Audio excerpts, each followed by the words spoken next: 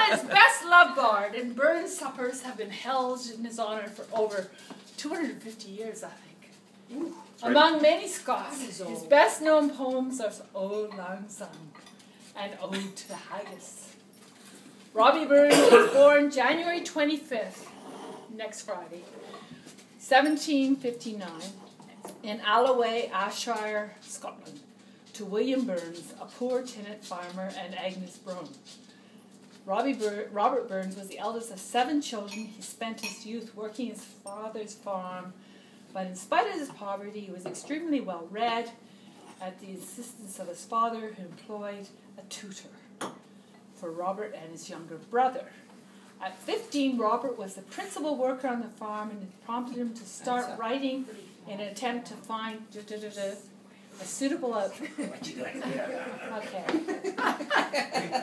Okay. In his early age, he penned his first verse by Handsome Nell, which is an ode to the other subjects that dominated his life, mainly Scotch and women. Yay! He moved around the country, eventually arriving in Edinburgh in 1786, where he mingled it with the artists and the writers, and was delighted as the ploughman's poet. He was called the ploughman's poet. In a matter of weeks, he was transformed from a local hero to a national celebrity. Robbie Burns died July 21, 1796, at the age of 37. It occurred on the same day his wife gave birth to his last son, Maxwell. Robbie Burns, we salute you. Now. Mr. Robbie!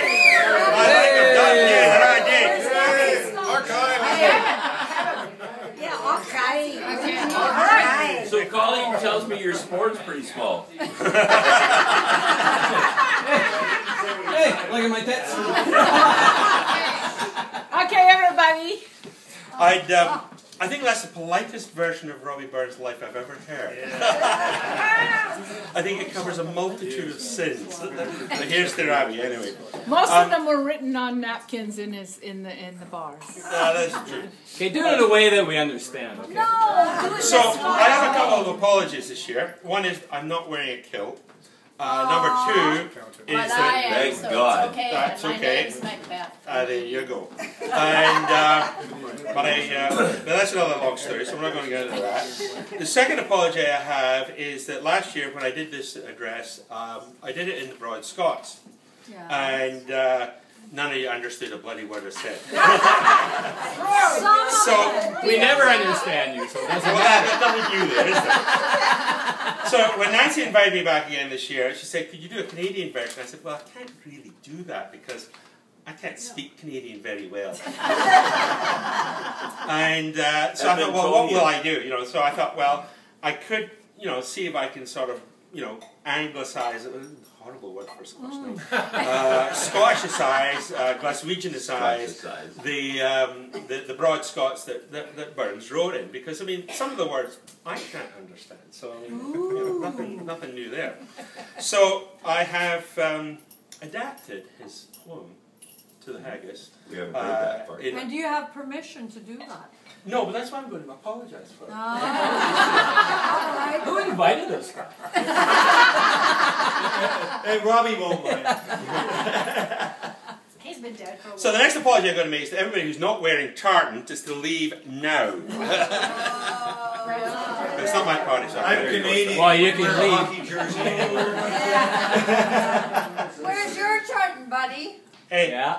That's not tartan. That's not a wee tartan. Jimmy hat on. I know, but Oh, I he's couldn't got find red my. hair. I moved and I couldn't find my scarf, What's so a wee Jimmy I get another apology. You know. Sometimes Life's nothing but apologies, is it? Anyhow, to the Right. Haggis. To the Go Haggis. to the Haggis. To the haggis. Aye. My God, I'm getting thirsty. We all have problems. Pass that to Greek.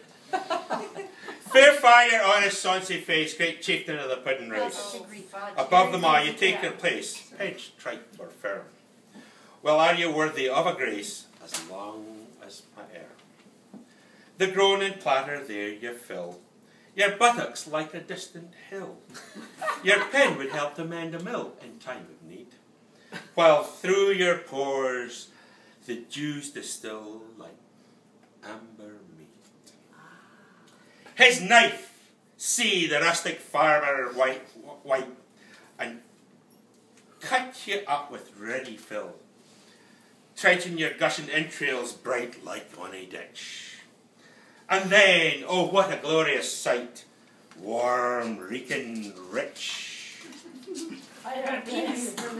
Is there that o'er his French ragout, or olio that would stow a sou, or fricassee would make her speweth perfect scunner, looks down sneering scorn of you on such a dinner. But mark, the rustic for Haggis fed, the trembling earth resounds his tread. Clap in his fist a blade, he'll make it whistle, and legs and arms and heads will shred like taps of thistle. Your powers who make mankind your care, and dish them out their bill of fare. Auld Scotland wants nae watery ware, but if you wish her grateful player, gie her a haggis! Haggis!